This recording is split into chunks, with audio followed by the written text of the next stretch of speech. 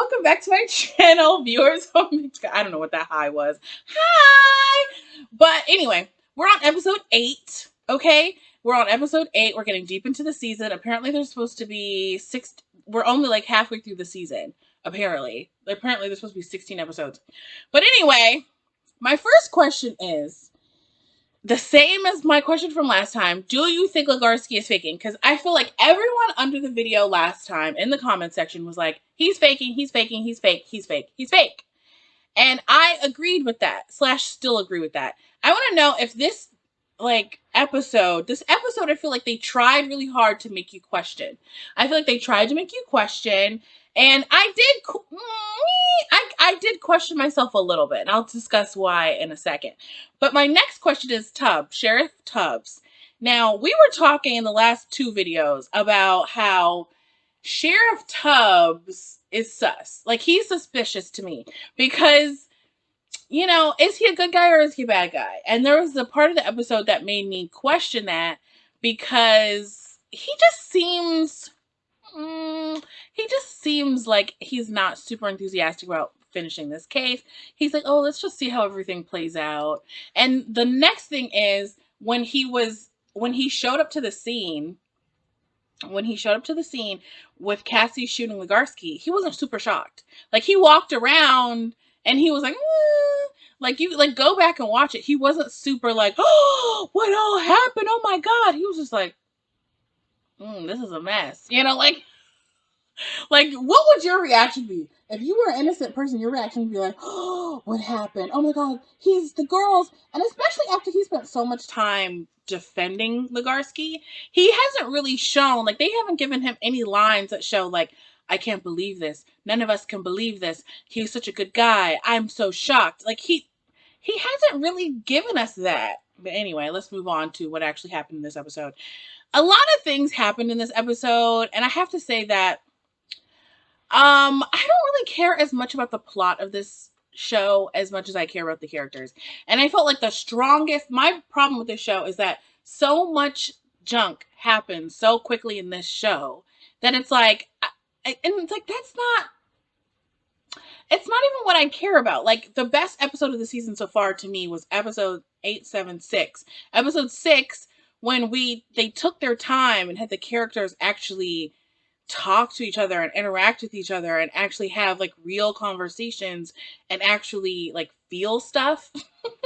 There's so much. Well, there was a good episode. There was a good moment towards the end of this episode that I want to talk about where the characters did have a good conversation, but I'm going to move on.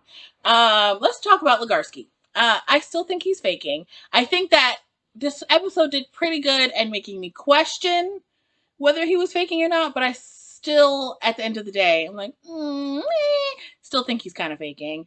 And because in the beginning of the episode, he says, oh, he broke into the house. They were talking about the Ronald breaking into the house, and he was like, did you leave the back door unlocked again? I always tell you, lock the back door.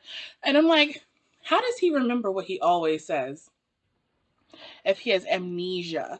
You know what I'm saying? Like, and this whole sex trafficking thing, he didn't just do this for like a month and a half. He's been doing it for a long time.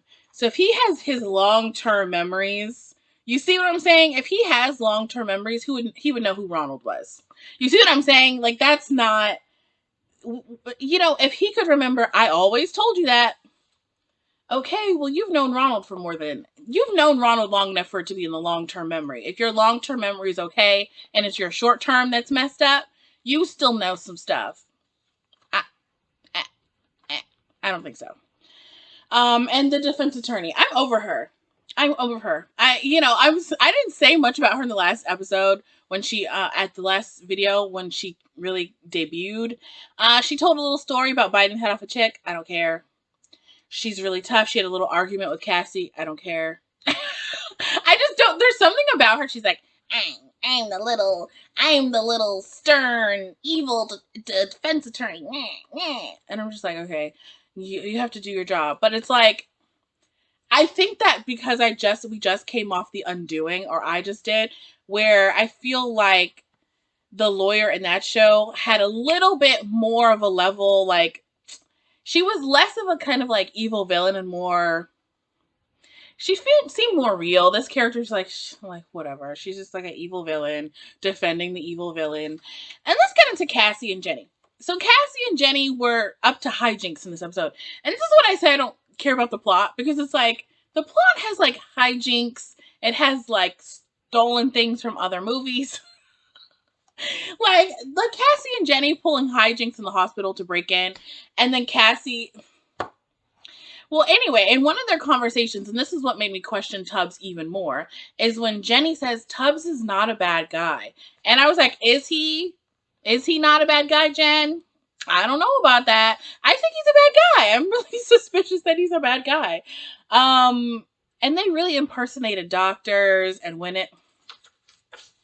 and then that little confrontation scene I felt like was really oddly written and awkward. It was awkward to watch. Like, I was like, is she intimidating him? Like, he's playing his role. He doesn't remember her. Yawn, move on. That's everything with Cassie and Jenny. And then, like, Jenny just, like, breaking in. I love that little, like, I gotta say it. I love that little white privilege moment where she was like, oh, Cassie was like, oh, I'll stay out here. That's his sister going in. The cop didn't ask for anything. No dang well that the cop had seen Jenny around, or should have seen Jenny around. She just strolled on, and the cop's like, okay, that's the sister, bye. Girl, get out of here. Let's talk about Commander Sosa. No one comments about Commander Sosa. Tell me what you guys think about Commander Sosa. She is supposed to be the Native American representation on the show so far. She got a couple more lines. She's still not integral or important to the plot at all. All her character does is give background and exposition. That's all she does.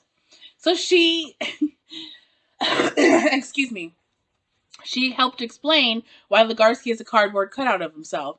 And I just thought that, moving on, I'm not even going to talk about that. Let's talk about Ronald. Let's talk about dumb Ronald. So the Norman Bates psycho ripoff continues with him hiding his granny. I mean, not his granny. Hiding his mother. She looks like a granny. No shade to the actress, but they style her and her house looks like a granny house. He puts his mom in the basement in a chair. Like, he doesn't like, I don't know. I'm just going to move on. I'm over that. And then him and his cereal, he's eating his cereal. I'm not, what did they say about him? That he was depraved. I'm not depraved. Yes, you are, bitch. What are you talking about? And like, sometimes he wants to be like, I'm not depraved. And then he like acts depraved and was like, yeah, I'm crazy. I like to scream. Rah! And I'm just like, stop. As soon as he snatched up the paperboy, I was like, put him back, Ronald! Put him back! What's wrong with you? Idiot. Oh my gosh. And then he's talking to the paperboy, and the paperboy's like, you're not gonna get away with this. And he's like, well, getting away with stuff is actually my thing. Getting away with stuff is not your thing, dumb. You're on the cover of the paper. The description looks exactly like you, dummy. What are you actually talking about? You're not getting away with anything. The priest thought you did it. The paperboy thought you did it, girl. You're not getting away. Everyone, and this is my whole thing. Anyone who has seen Ronald in the last couple weeks should be thinking, this newspaper picture looks just like Ronald. No, couldn't be. But could it? He is kind of weird. Like, what about all them old people that were making out at the school dance? It wasn't a school dance. It was like the dance hall. Remember they went to the dance hall with Legarski's wife? Anyway, that just made me mad. I'm like, you're not getting away with anything. And then the priest, and I was literally sitting here. I was like, the problem with Catholics, you won't call the police for nothing. Y'all won't call the cops for nothing, girl. Why did this priest come to the house? Why did the priest come to the house? Just like everybody else who knows Ronald, you should have opened up the newspaper, seen Ronald's sketch in there, and called damn cops. That's what he should have done. Why didn't the priest call the cops? Why? Like, help me figure it out. I can't seem to figure it out. And then I literally wrote my notes. Just call the fucking cops. Just call the fucking cops. You're a priest. You don't need to go and talk to someone that you suspect has prurient interests and desires, why are you talking to him? To talk about what? To talk about what? And that's my whole thing. Like, why did he even go in there?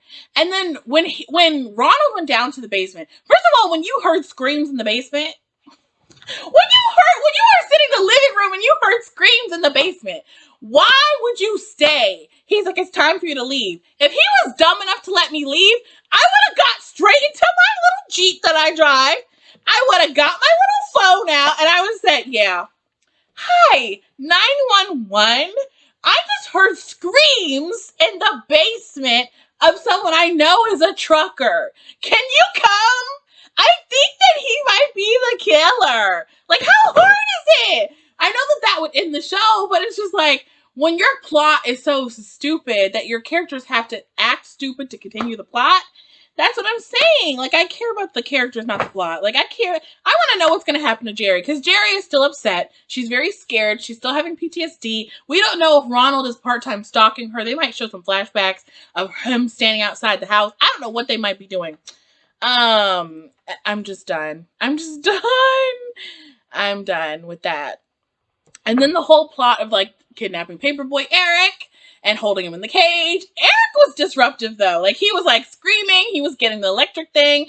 What do y'all think is going to happen? Do you think he's going to burn his house down? Like, he's not going to burn his goddamn house down. I just don't believe that. And even if he did, I'm just like, I might tap out. Like, I want to finish this season, and I want to see what they're going to do with the Native American representation. They're not doing a great job so far. Gotta say that. But I'm just like, I might tap out. Because I like the characters, but, like, the plot is, like, he kidnaps the kid, he kills the priest, he's threatening to set his house on fire. Like, I'm just like, okay, like, he's doing the most. But it's just like, I don't know, it just doesn't stimulate me. I need a balance of, like, plot points and character development. Like, him just going apeshit, I'm just like, okay, that's cute. Because if Ronald burns his house down, and everyone comes to the house, and they see that he was the one who did it, what is next? What else are they going to possibly do? It's already an unrealistic show. What else could possibly go on? I don't know. Tell me what you know down below, because what I know is nothing. I know nothing.